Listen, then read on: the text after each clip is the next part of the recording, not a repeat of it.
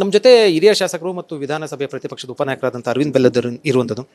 ಸರಿ, ಪ್ರಕರಣ ಈಗ ನಿನ್ನೆ ಚರ್ಚೆ ಆದ ನಂತರ ಅಂದರೆ ಹನಿ ಟ್ರ್ಯಾಪು ಸ್ವತಃ ಗುದ್ದು ಸಚಿವರೇ ಬಹಿರಂಗ ಹೇಳಿದ ನಂತರ ನಾನಾ ರೀತಿ ಚರ್ಚೆ ಕಾರಣ ಆಗಿರೋದು. ಏನು ಇದರಿಂದ ಯಾರಿದ್ದಾರೆ ಅಥವಾ ಮುಂದೆ ಏನಾಗುತ್ತೆ, ಏನು ಅನಿಸುತ್ತೆ ಸರ್ ನಿಮಗೆ?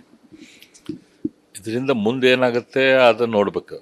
ಯಾಕಂದ್ರೆ ಪರಮೇಶ್ವರ್ ಅವರು ಸದನದ ಒಳಗೆ ಹೇಳಿದರೆ ಇಲ್ಲ ಇದ್ರ ಬಗ್ಗೆ ನಾವು ವಿಚಾರಣೆ ಮಾಡ್ತೇವೆ ಅಂಥೇಳಿ ಸದನದಿಂದ ಹೊರಗೆ ಹೋಗೋ ಹೊತ್ತಿಗೆ ಅವ್ರ ಮೇಲೆ ಪ್ರೆಷರ್ ಬಂತು ಅನಿಸುತ್ತೆ, ಮೇಲಿಂದ ಹೈಕಮಾಂಡ್ನಿಂದ. ಇಲ್ಲ ನಮ್ಗೆ ಯಾರು ಕಂಪ್ಲೇಂಟ್ ಕೊಟ್ಟಿಲ್ಲ ಅಂಥೇಳಿ ಹೇಳಿದರು.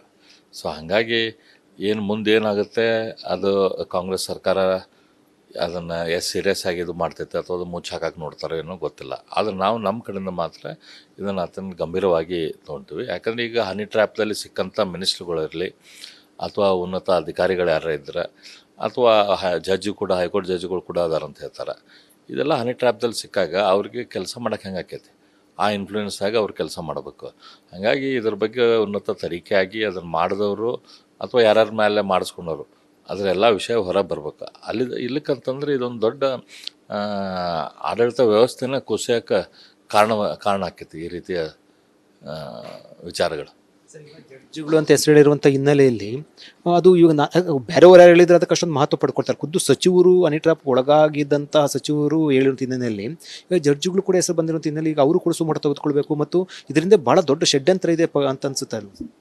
ಅದೊಂದು ದೊಡ್ಡ ಷಡ್ಯಂತ್ರ ಐತಿ. ಯಾಕಂದರೆ ಒಂದು ಅಧಿಕಾರಕ್ಕಾಗಿ ಯಾವುದೋ ಹಂತಕ್ಕಾದ್ರೂ ಸತೆ ಒಬ್ರಿಗೊಬ್ಬರನ್ನ ಈಗ ಒಂದು ಸಿದ್ಧಾಂತದ ಮೇಲೆ ಅಥವಾ ನಮ್ಮ ನಂಬಿಕೆ ಮೇಲೆ, ನಮ್ಮ ರಾಜಕೀಯ ಬಿಲೀಫ್ಸ್ ಮೇಲೆ ನಾವು ಹೋರಾಟ ಮಾಡೋದು ಬೇರೆ. ವ್ಯವಸ್ಥೆ ನಡೆದೈತಂತಂದ್ರೆ ಅದಕ್ಕೂ ಕೂಡ ಮುಖ್ಯಮಂತ್ರಿಗಳು ನಾವು ಸಿಟ್ಟಿಂಗ್ ಹೈಕೋರ್ಟ್ ಜಡ್ಜಿಗೆ ಎನ್ಕ್ವೈರಿ ಕೊಡ್ರಿ ಅಂತಂದ್ರೆ ಅದಕ್ಕೆ ಅವ್ರು ಕೊಡೋಕ್ಕೆ ತಯಾರಿಲ್ಲ. ಯಾಕಂದ್ರೆ ಅವ್ರ ಮೇಲೂ ಏನು ಪ್ರೆಷರ್ ಐತೋ ಗೊತ್ತಿಲ್ಲ. ಹಾಗಾಗಿ ಟೋಟಲ್ ವ್ಯವಸ್ಥೆ ಏನೈತಲ್ಲ ಈ ಕಾಂಗ್ರೆಸ್ದಲ್ಲಿ ಅಧಿಕಾರಕ್ಕಾಗಿ ಅವ್ರದ್ದು ಪಾಲಿಟಿಕ್ಸ್ ಅಧಿಕಾರಕ್ಕಾಗಿ ಕಾಂಗ್ರೆಸ್ಸಿನ ಪಾಲಿಟಿಕ್ಸ್ ಮೊದಲಿಂದನೂ ಈಗ ಅದರೊಳಗೆ ವಿತಿನ್ ದ ಕಾಂಗ್ರೆಸ್ ಈ ರೀತಿಯ ಹಂತಕ್ಕೆ ಹೋಗಿ ಮುಟ್ಟೈತದ. ಹಾಗಾಗಿ ಇದ್ರ ಬಗ್ಗೆ ಭಾಳ ಗಂಭೀರವಾಗಿ ಎನ್ಕ್ವೈರಿ ಆಗಬೇಕಾದಂಥ ಅವಶ್ಯಕತೆ ಇದೆ. ಕಾಂಗ್ರೆಸ್ ಪಕ್ಷದ ಒಳಗಡೆನೇ ಕೂಡ ಹನಿ ಟ್ರ್ಯಾಪು ವ್ಯಕ್ತಿ ಇದ್ದಾರೆ ಅಂತ ಹೇಳ್ತಾ ಇರುವಂಥದ್ದು 100%. ಈಗ ಅವರು ಸತೀಶ್ ಜಾರಕಿಹೊಳಿ ಅವರು ಹೇಳ್ಯಾರಲ್ಲ, PWD ಮಿನಿಸ್ಟರ್ ಸತೀಶ್ ಜಾರಕಿಹೊಳಿ ಅವರು ಹೇಳ್ಯಾರ ನಮ್ಮ ಪಕ್ಷದವರು ಅದಾರ, ಅದ್ರ ಬಗ್ಗೆ ನಾವು ಹೈಕಮಾಂಡಿಗೆ ಕಂಪ್ಲೇಂಟ್ ಕೊಡ್ತೀವಿ ಅಂತ ಹೇಳಿದ್ದಾರೆ. ಜಡ್ಜ್ಗಳ ಹೆಸರು ಇವೆಲ್ಲ ಕೇಂದ್ರದ ನಾಯಕರು ಅಂತ ಹೇಳಿರುವಂಥ ಹಿನ್ನೆಲೆಯಲ್ಲಿ ಈಗ ಇವರು ಸರ್ಕಾರ ತನಿಖೆ ಕೊಟ್ಟರೆ ಇವೆಲ್ಲವೂ ಕೂಡ ಬಹಿರಂಗ ಆಗುತ್ತೆ. ಮುಚ್ಚಾಕುವಂಥ ಯತ್ನ ಆಗುತ್ತಾ ಅಥವಾ ನೀವೇನಾದರೂ ಕೂಡ ಆ ರೀತಿ ಆದರೆ ಡೆಲಿಗೇಷನ್ ಹೋಗಿ ಭೇಟಿ ಮಾಡುವಂಥದ್ದು ಆ ಥರದ್ದು ಏನಾದರೂ ಆಗುತ್ತಾ? ನಾವು ಅದನ್ನು ಸರ್ಟನ್ಲಿ ಮಾಡ್ತೀವಿ. ನಾವು ಕೂಡ ಇಲ್ಲ ನಮ್ಮ ರಾಜ್ಯಪಾಲರಿಗೆ ಮೊದಲು ಭೇಟಿ ಮಾಡ್ತೀವಿ. ಅದಾದಮೇಲೆ ನಮ್ಮೆಲ್ಲ ನಾಯಕರದು ಎಲ್ಲರೂ ಕೂಡಿ ಡಿಸ್ಕಸ್ ಮಾಡಿ ಮತ್ತು ಇದನ್ನೇನು ಡೆಲ್ಲಿಗೆ ಹೋಗ್ಬೇಕು ಏನು ಮಾಡಬೇಕು ಅದ್ರ ಬಗ್ಗೆ ಮುಂದಿನ ದಿನದಲ್ಲಿ ವಿಚಾರ ಮಾಡ್ತೀವಿ. ಮೊದಲಂತೂ ಈಗಂತೂ ರಾಜ್ಯಪಾಲರಿಗೆ ಹೋಗಿ ಇದ್ರ ಬಗ್ಗೆ ನಾವು ಕಂಪ್ಲೇಂಟ್ ಮಾಡ್ತೀವಿ. ಅಂದರೆ ನೀವು ಹಿರಿಯ ನಾಯಕರು ಕಾಂಗ್ರೆಸ್ ಪಕ್ಷದಲ್ಲಿ ಕೂಡ ಸುಮಾರು ಜನ ಸ್ನೇಹಿತರಿರ್ತಾರೆ, ಸದನದ ಒಳಗಡೆ ಮತ್ತು ಹೊರಗಡೆ ಎಲ್ಲ ಕೂಡ ಸ್ನೇಹಿತರಿರ್ತಾರೆ. ಇದರಿಂದ ಯಾರು ಇರ್ಬೋದು ಅಥವಾ ಪಕ್ಷದ ಒಳಗಡೆ ನಡೆದಿರೋಂಥ ಪಿತೂರಿನ ಷಡ್ಯಂತ್ರನ ರಾಜಣ್ಣ ಮೇಲೆ ಯಾಕೆ ಈ ರೀತಿ ಮಾಡಬೇಕಾಯಿತು, ಏನು ಅನಿಸುತ್ತೆ ಸರ್ ಇದ್ರ ಬಗ್ಗೆ? ಇದು ಮುಖ್ಯಮಂತ್ರಿ ಸ್ಥಾನಕ್ಕಾಗಿ ನಡೆದಂಥ ಕೆಲಸ. ಯಾಕಂದರೆ ಮುಖ್ಯಮಂತ್ರಿಗಳನ್ನ ಇಳಿಸಿ ಹೊಸ ಮುಖ್ಯಮಂತ್ರಿಗಳಾಗಬೇಕು ಅನ್ನೋದಕ್ಕೆ ಏನೇನು ಕೆಲಸ ನಡೆದೋ ಅದರಲ್ಲಿ ಕೂಡ ಇದು ಒಂದು ಭಾಗ. ಹಾಗಾಗಿ ಇದಕ್ಕೆ ಯಾರು ಮಾಡ್ತಿದ್ದಾರೆ ಏನು ಮಾಡ್ತಿದ್ದಾರೆ ನೀವು ರಾಜಣ್ಣ ಅವ್ರಿಗೆ ಕೇಳಬೇಕು, ಸತೀಶ್ ಜಾರಕಿಹೊಳಿ ಅವ್ರಿಗೆ ಕೇಳಬೇಕು, ಅಥವಾ ಇನ್ನೊಂದು 3 ಮಂದಿ ಮಿನಿಸ್ಟ್ರುಗಳನ್ನು ಅದ್ರಾಗ ಅವರು ಆಗ್ಯಾವ ಅಂತಲೇ ಹೇಳ್ತಾರೆ. ಆ ಯಾರು 3 ಮಿನಿಸ್ಟ್ರುಗಳು ಅಂಥೇಳಿ ಅದಕ್ಕೆ ಅವ್ರಿಗೆ ಹೋಗಿ ಕೇಳ್ಬೇಕು ನೀವು. ಆವಾಗ ಗೊತ್ತಾಗುತ್ತೆ ಯಾರಿಗೆ ನಿಜವಾದ ಏನು ಅಂತೇಳಿ. CM ಸ್ಥಾನದ ಕುರ್ಚಿ ಸುತ್ತಮುತ್ತ ಇವೆಲ್ಲವೂ ಕೂಡ ನಡೆದು ರಾಜ್ಯದ ಮಾನ ಮರ್ಯಾದೆ ಹಾಳಾಗೋಯ್ತಂತ. ಪೂರ್ತಿ ರಾಜ್ಯದ ಮಾನ ಮರ್ಯಾದೆ ಅದ್ರ ಜೊತೆ ಟೋಟಲ್ ಗವರ್ನೆನ್ಸ್ ಇದ್ರ ಮೇಲೆ. ಯಾಕಂದ್ರೆ ಈಗ ಯಾರೋ ಒಬ್ಬ ಅಧಿಕಾರಿ ಆಗಲಿ ಅಥವಾ MLA ಆಗಲಿ ಮಿನಿಸ್ಟರ್ ಆಗಲಿ ಅವ್ನು ಈ ಟೈಪ್ ಕಾಂಪ್ರಮೈಸಿಂಗ್ ಸಿಚುವೇಶನ್ದಾಗ ಅವ್ನು ಏನಾದರೂ CD ಇತ್ತು, ಅವನು ಫೋಟೋಗ್ರಾಫ್ ಇದ್ದು ಅಂತಂದ್ರೆ ಅವನು ಜೀವನ ಪರ್ಯಂತ ಮುಕ್ತವಾಗಿ ಕೆಲಸ ಮಾಡೋಕ್ಕಾಗೋದಿಲ್ಲ ಅವ್ನಿಗೆ. ತನಗೆ ಸಂಬಂಧಪಟ್ಟಂತೆ ಇಷ್ಟೆಲ್ಲ ಷಡ್ಯಂತ್ರ ಪಿತೂರುಗಳಾಗಿದೆ ಅನ್ನೋದು ನಿಮ್ಮ ಆರೋಪ? ಹೌದು, ಅದನ್ನೇ ಚರ್ಚೆ ಕೂಡ ಆಗ್ತಿರೋದು ಅದಲ್ಲ. 3 ಸಚಿವರು ಇದ್ದಾರೆ ಅನ್ನೋದು ಟಾಕ್ ಆಗ್ತಾರೆ ಸರ್. ಅಲ್ಲಿ ಸಚಿವರು ರಾಜಣ್ಣ ಹೇಳುವಂಥದ್ದು ಆಫೀಸರ್ಸ್ ಇವೆಲ್ಲ ಇನ್ನು 3 ಜನ ಸಚಿವರು ಇದ್ದಾರೆ ಅಂತೇಳಿ ಟಾಕ್ ಐತೆ. ಅರವಿಂದ್ ಬೆಲ್ಲದರ್ ಹೇಳಿಕೆ ಅವ್ರು ಹೇಳ್ತಾ ಇರುವಂಥದ್ದು ಈ ಪ್ರಕರಣ ಸಾಕಷ್ಟು ಗಂಭೀರ ಸ್ವರೂಪ ತೆಗೆದುಕೊಂಡಿರುವಂಥದ್ದು. ಯಾಕಂತಂದರೆ ಜಡ್ಜ್ಗಳ ಹೆಸರು ಹೇಳಿರುವಂಥದ್ದು ರಾಜಣ್ಣ ಅವರು, ಮತ್ತೊಂದು ಕಡೆ ಸಚಿವರ ಹೆಸರು ಹೇಳಿರುವಂಥದ್ದು, ಕೇಂದ್ರ ನಾಯಕರ ಹೆಸರು ಹೇಳಿರುವಂಥದ್ದು. ಒಂದು CBI ತನಿಖೆ ಆಗಬೇಕು, ಇಲ್ಲಾಂತಂದರೆ ಜಡ್ಜ್ ನೇತೃತ್ವ ತನಿಖೆ ಆಗಲಿ ಅಂತ ಹೇಳೋ ಮೂಲಕ BJP ಆಗ್ರಹ ವ್ಯಕ್ತಪಡಿಸ್ತಾ ಇರುವಂಥದ್ದು. ಕಾದು ನೋಡಬೇಕು ಈ ಪ್ರಕರಣ ಯಾವ ತಿರುವನ್ನು ತೆಗೆದುಕೊಳ್ಳುತ್ತಂತ. ಕ್ಯಾಮ್ರಾ ಪರ್ಸನ್ ಮಂಜುನಾಥ್ ಜೊತೆ ವಿಜಯ್ ರಿಪಬ್ಲಿಕ್ ಬೆಂಗಳೂರು. ನಮ್ಮ ಜೊತೆ ಹಿರಿಯ ಶಾಸಕರು ಮತ್ತು ವಿಧಾನಸಭೆ ಪ್ರತಿಪಕ್ಷದ ಉಪನಾಯಕರಾದಂಥ ಅರವಿಂದ್ ಬೆಲ್ಲದರ್ ಇರುವಂಥದ್ದು. ಸರ್, ಈ ಪ್ರಕರಣ ಈಗ ನಿನ್ನೆ ಚರ್ಚೆ ಆದ ನಂತರ ಅಂದರೆ ಹನಿ ಟ್ರ್ಯಾಪ್ ಸ್ವತಃ ಖುದ್ದು ಸಚಿವರೇ ಬಹಿರಂಗ ಹೇಳಿದ ನಂತರ ನಾನಾ ರೀತಿ ಚರ್ಚೆ ಕಾರಣ ಆಗಿರ್ತದ್ದು. ಏನು ಇದರಿಂದ ಯಾರಿದ್ದಾರೆ ಅಥವಾ ಮುಂದೆ ಏನಾಗುತ್ತೆ, ಏನು ಅನಿಸುತ್ತೆ ಸರ್ ನಿಮಗೆ? ಇದರಿಂದ ಮುಂದೆ ಏನಾಗುತ್ತೆ ಅದನ್ನು ನೋಡ್ಬೇಕು. ಯಾಕಂದ್ರೆ ಪರಮೇಶ್ವರ್ ಅವರು ಸದನದ ಒಳಗೆ ಹೇಳಿದರೆ ಇಲ್ಲ ಇದ್ರ ಬಗ್ಗೆ ನಾವು ವಿಚಾರಣೆ ಮಾಡ್ತೇವೆ ಅಂಥೇಳಿ. ಸದನದಿಂದ ಹೊರಗೆ ಹೋಗೋ ಹೊತ್ತಿಗೆ ಅವ್ರ ಮೇಲೆ ಪ್ರೆಷರ್ ಬಂತು ಅನಿಸುತ್ತೆ, ಮೇಲಿಂದ ಹೈಕಮಾಂಡ್ನಿಂದ. ಇಲ್ಲ ನಮ್ಗೆ ಯಾರು ಕಂಪ್ಲೇಂಟ್ ಕೊಟ್ಟಿಲ್ಲ ಅಂಥೇಳಿ ಹೇಳಿದ್ರು. ಸೊ ಹಾಗಾಗಿ ಏನು ಮುಂದೆ ಏನಾಗುತ್ತೆ ಅದು ಕಾಂಗ್ರೆಸ್ ಸರ್ಕಾರ ಅದನ್ನು ಸೀರಿಯಸ್ ಆಗಿ ಇದು ಮಾಡ್ತೈತೆ ಅಥವಾ ಅದು ಮುಚ್ಚಿ ಹಾಕಕ್ಕೆ ನೋಡ್ತಾರೋ ಏನೋ ಗೊತ್ತಿಲ್ಲ. ಆದರೆ ನಾವು ನಮ್ಮ ಕಡೆಯಿಂದ ಮಾತ್ರ ಇದನ್ನು ಅತ್ಯಂತ ಗಂಭೀರವಾಗಿ ತೊಗೊಳ್ತೀವಿ. ಯಾಕಂದರೆ ಈಗ ಹನಿ ಟ್ರ್ಯಾಪ್ದಲ್ಲಿ ಸಿಕ್ಕಂಥ ಮಿನಿಸ್ಟ್ರುಗಳಿರಲಿ ಅಥವಾ ಉನ್ನತ ಅಧಿಕಾರಿಗಳು ಯಾರು ಇದ್ರೆ ಅಥವಾ ಜಡ್ಜು ಕೂಡ, ಹೈಕೋರ್ಟ್ ಜಡ್ಜುಗಳು ಕೂಡ ಅದಾರ ಅಂತ ಹೇಳ್ತಾರೆ. ಇದೆಲ್ಲ ಹನಿ ಟ್ರ್ಯಾಪ್ದಲ್ಲಿ ಸಿಕ್ಕಾಗ ಅವ್ರಿಗೆ ಕೆಲಸ ಮಾಡೋಕ್ಕೆ ಹೆಂಗೆ ಆಕೈತಿ, ಆ ಇನ್ಫ್ಲೂಯೆನ್ಸಾಗಿ ಅವ್ರು ಕೆಲಸ ಮಾಡಬೇಕು.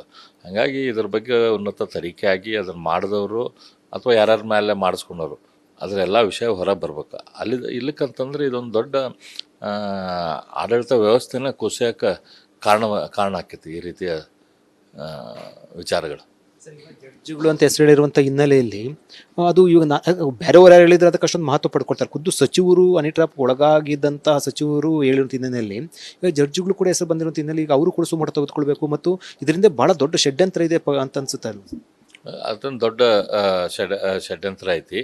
ಯಾಕಂದರೆ ಒಂದು ಅಧಿಕಾರಕ್ಕಾಗಿ ಯಾವುದೋ ಹಂತಕ್ಕಾದ್ರೂ ಸತೆ ಒಬ್ರಿಗೊಬ್ಬರನ್ನ ಈಗ ಒಂದು ಸಿದ್ಧಾಂತದ ಮೇಲೆ ಅಥವಾ ನಮ್ಮ ನಂಬಿಕೆ ಮೇಲೆ, ನಮ್ಮ ರಾಜಕೀಯ ಬಿಲೀಫ್ಸ್ ಮೇಲೆ ನಾವು ಹೋರಾಟ ಮಾಡೋದು ಬೇರೆ. ವ್ಯವಸ್ಥೆ ನಡೆದೈತಂತಂದ್ರೆ ಅದಕ್ಕೂ ಕೂಡ ಮುಖ್ಯಮಂತ್ರಿಗಳು ನಾವು ಸಿಟ್ಟಿಂಗ್ ಹೈಕೋರ್ಟ್ ಜಡ್ಜಿಗೆ ಎನ್ಕ್ವೈರಿ ಕೊಡ್ರಿ ಅಂತಂದ್ರೆ ಅದಕ್ಕೆ ಅವ್ರು ಕೊಡೋಕ್ಕೆ ತಯಾರಿಲ್ಲ. ಯಾಕಂದ್ರೆ ಅವ್ರ ಮೇಲೂ ಏನು ಪ್ರೆಷರ್ ಐತೋ ಗೊತ್ತಿಲ್ಲ. ಹಾಗಾಗಿ ಟೋಟಲ್ ವ್ಯವಸ್ಥೆ ಏನೈತಲ್ಲ ಈ ಕಾಂಗ್ರೆಸ್ದಲ್ಲಿ ಅಧಿಕಾರಕ್ಕಾಗಿ, ಅವ್ರದ್ದು ಪಾಲಿಟಿಕ್ಸ್ ಅಧಿಕಾರಕ್ಕಾಗಿ, ಕಾಂಗ್ರೆಸ್ಸಿನ ಪಾಲಿಟಿಕ್ಸ್ ಮೊದಲಿಂದನೂ. ಈಗ ಅದರೊಳಗೆ ವಿತಿನ್ ದ ಕಾಂಗ್ರೆಸ್ ಈ ರೀತಿಯ ಹಂತಕ್ಕೆ ಹೋಗಿ ಮುಟ್ಟೈತದ. ಹಾಗಾಗಿ ಇದ್ರ ಬಗ್ಗೆ ಭಾಳ ಗಂಭೀರವಾಗಿ ಎನ್ಕ್ವೈರಿ ಆಗಬೇಕಾದಂಥ ಅವಶ್ಯಕತೆ ಇದೆ. ಕಾಂಗ್ರೆಸ್ ಪಕ್ಷದ ಒಳಗಡೆನೂ ಕೂಡ ಹನಿ ಟ್ರ್ಯಾಪ್ ವ್ಯಕ್ತಿ ಇದ್ದಾರೆ ಅಂತ ಹೇಳ್ತಾ ಇರುವಂಥದ್ದು 100%. ಈಗ ಅವರು ಸತೀಶ್ ಜಾರಕಿಹೊಳಿ ಅವರು ಹೇಳ್ಯಾರಲ್ಲ, PWD ಮಿನಿಸ್ಟರ್ ಸತೀಶ್ ಜಾರಕಿಹೊಳಿ ಅವರೇ ಹೇಳ್ಯಾರ ನಮ್ಮ ಪಕ್ಷದವರು ಅದಾರ, ಅದ್ರ ಬಗ್ಗೆ ನಾವು ಹೈಕಮಾಂಡಿಗೆ ಕಂಪ್ಲೇಂಟ್ ಕೊಡ್ತೇವೆ ಅಂತ ಹೇಳಿದ್ದಾರೆ. ಜಡ್ಜಿಗಳ ಹೆಸರು ಇವೆಲ್ಲ ಕೇಂದ್ರದ ನಾಯಕರು ಅಂತ ಹೇಳಿರುವಂಥ ಹಿನ್ನೆಲೆಯಲ್ಲಿ ಈಗ ಇವರು ಸರ್ಕಾರ ತನಿಖೆ ಕೊಟ್ಟರೆ ಇವೆಲ್ಲವೂ ಕೂಡ ಬಹಿರಂಗ ಆಗುತ್ತೆ. ಮುಚ್ಚಾಕುವಂಥ ಯತ್ನ ಆಗುತ್ತಾ ಅಥವಾ ನೀವೇನಾದರೂ ಕೂಡ ಆ ರೀತಿ ಆದರೆ ಡೆಲಿಗೇಷನ್ ಹೋಗಿ ಭೇಟಿ ಮಾಡುವಂಥದ್ದು ಆ ಥರದ್ದು ಏನಾದರೂ ಆಗುತ್ತಾ?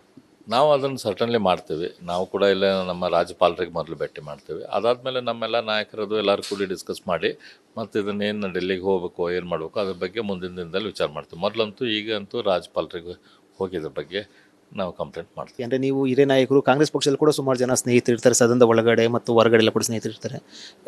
ಇದರಿಂದ ಯಾರು ಇರ್ಬೋದು ಅಥವಾ ಪಕ್ಷದ ಒಳಗಡೆ ನಡೆದಿರೋಂಥ ಪಿತೂರಿನ ಷಡ್ಯಂತ್ರನ ರಾಜಣ್ಣ ಮೇಲೆ ಯಾಕೆ ಈ ರೀತಿ ಮಾಡಬೇಕಾಯಿತು, ಏನು ಅನಿಸುತ್ತೆ ಸರ್ ಇದ್ರ ಬಗ್ಗೆ?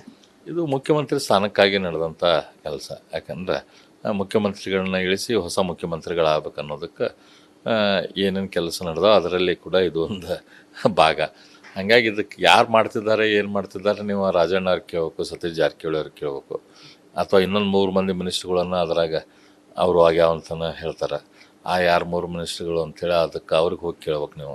ಆವಾಗ ಗೊತ್ತಾಗುತ್ತೆ ಯಾರಿಗೆ ನಿಜವಾದ ಏನಂತೇಳಿ. CM ಸ್ಥಾನದ ಕುರ್ಚಿ ಸುತ್ತಮುತ್ತ ಇವೆಲ್ಲವೂ ಕೂಡ ನಡೆದು ರಾಜ್ಯದ ಮಾನ ಮರ್ಯಾದೆ ಹಾಳಾಗೋಯ್ತಂತ. ಪೂರ್ತಿ ರಾಜ್ಯದ ಮಾನ ಮರ್ಯಾದೆ, ಅದ್ರ ಜೊತೆ ಟೋಟಲ್ ಗವರ್ನೆನ್ಸ್ ಇದ್ರ ಮೇಲೆ. ಯಾಕಂದ್ರೆ ಈಗ ಯಾರೋ ಒಬ್ಬ ಅಧಿಕಾರಿ ಆಗಲಿ ಅಥವಾ MLA ಆಗಲಿ, ಮಿನಿಸ್ಟರ್ ಆಗಲಿ, ಅವ್ನು ಈ ಟೈಪ್ ಕಾಂಪ್ರಮೈಸಿಂಗ್ ಸಿಚುವೇಶನ್ದಾಗ ಅವ್ನದೇನಾದರೂ CD ಇತ್ತು, ಅವನು ಫೋಟೋಗ್ರಾಫ್ ಇದ್ದು ಅಂತಂದ್ರೆ ಅವ್ನು ಜೀವನ ಪರ್ಯಂತ ಮುಕ್ತವಾಗಿ ಕೆಲಸ ಮಾಡೋಕ್ಕಾಗೋದಿಲ್ಲ. ಅವ್ನು ತನಗೆ ಸಂಬಂಧಪಟ್ಟಂತೆ ಇಷ್ಟೆಲ್ಲ ಷಡ್ಯಂತ್ರ ಪಿತೂರುಗಳಾಗಿದೆ ಅನ್ನೋದು ನಿಮ್ಮ ಆರೋಪ? ಹೌದು, ಅದನ್ನೇ ಚರ್ಚೆ ಕೂಡ ಆಗ್ತಿರೋದು ಅದಲ್ಲ. 3 ಸಚಿವರು ಇದ್ದಾರೆ ಅನ್ನೋದು ಟಾಕ್ ಆಗ್ತಾರೆ ಸರ್. ಅಲ್ಲಿ ಸಚಿವರು ರಾಜಣ್ಣ ಹೇಳುವಂಥದ್ದು ಆಫೀಸರ್ಸ್ ಇವೆಲ್ಲ ಹೌದು, ಇನ್ನು 3 ಜನ ಸಚಿವರು ಇದ್ದಾರೆ ಅಂತೇಳಿ ಟಾಕ್ ಐತೆ.